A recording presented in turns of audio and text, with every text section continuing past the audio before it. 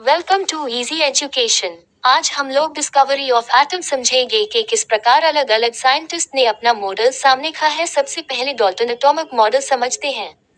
Atoms शुरू से ही आकर्षण का विषय रहा है। डेमोक्रेट्स को सबसे पहले ये सुझाव देने के लिए जाना जाता है कि एटम पार्टिकल्स से बना है। डाल्टन का मॉडल लगभग 2 सहस्राब्दी बाद आया और इस विषय पर और प्रकाश डाला।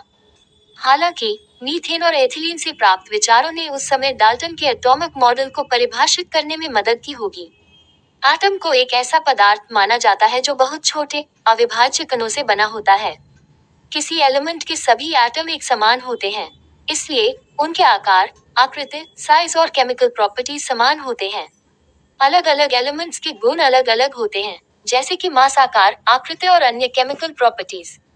रासायनिक प्रतिक्रिया में एटम्स को न तो बनाया जा सकता है, नहीं नष्ट किया जा सकता है या विभाजित किया जा सकता है।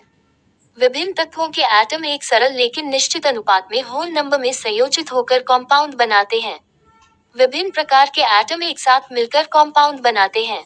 रासायनिक अभिक्रिया एटम्स की पुनर्व्यवस्था है, जहां अभिकारक में परमाणुओं की पुनर्व्यवस्था के कारण नए उत्पादों का निर्माण होता है। केमिकल कॉम्पाउंड एटॉमिक मॉडल का कुछ खामियां भी है।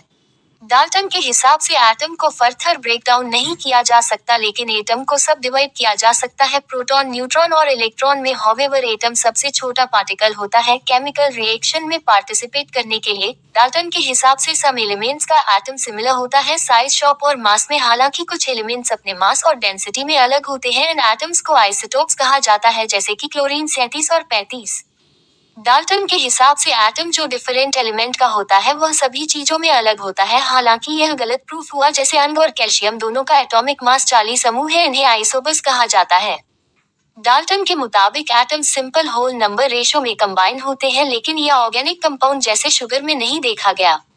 यह थियरी एलोट्रोप्स के बारे में भी नहीं बता पाया। चारकोल, ग्रेफाइट और डायमंड का अलग अलग प्रॉपर्टीज को नहीं समझा पाया।